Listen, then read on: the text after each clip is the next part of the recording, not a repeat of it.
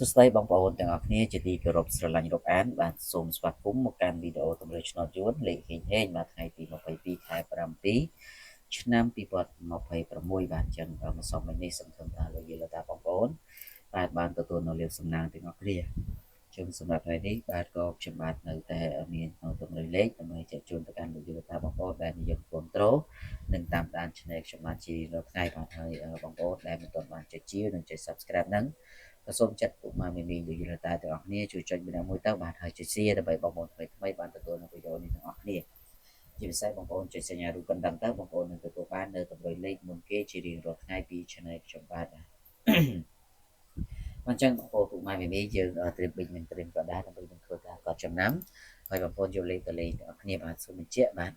ចំពោះលេខដែលយើងនឹងធ្វើការលេងហ្នឹងគឺយើងលេងនៅម៉ោង10កន្លះម៉ោង1កន្លះម៉ោង4កន្លះនិងម៉ោង6កន្លះបាទយើងលេង4ម៉ោងហ្នឹងហើយលេខតូចយើងមាន4គ្រាប់សម្រាប់លេខធំយើងមាន1គ្រាប់សម្រាប់បងប្អូនដែលលេងលេខធំក៏យើងមានឲ្យលេងផងដែរជាស្រ័យបាទ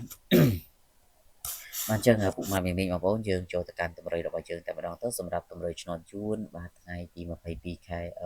7ឆ្នាំ2026នេះបាទសម្រាប់លេខកន្ទប់លេខគ្រាប់ទី1បងប្អូននឹងត្រូវធ្វើការលេងបានបងប្អូនសូមធ្វើការបុកលេខចិត្តគាត់បាទបងប្អូនអាចមានលទ្ធភាពអាចគុណលេខនឹងបានបាទ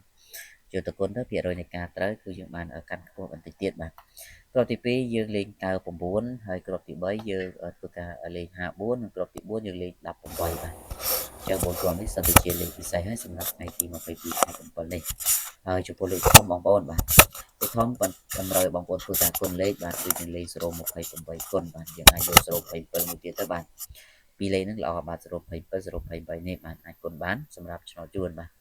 ចឹងបងប្អូនពុកម៉ែមីមីសម្រាប់ថ្ងៃនេះក៏ខ្ញុំបាទមានតែប៉ុណ្្នឹងទេសម្រាប់ចែកជូនកូនអ្នកទាំងអស់គ្នាសំណាងល្អនិងត្រូវឆ្នោតទាំងអស់គ្នាសូមគោរពលា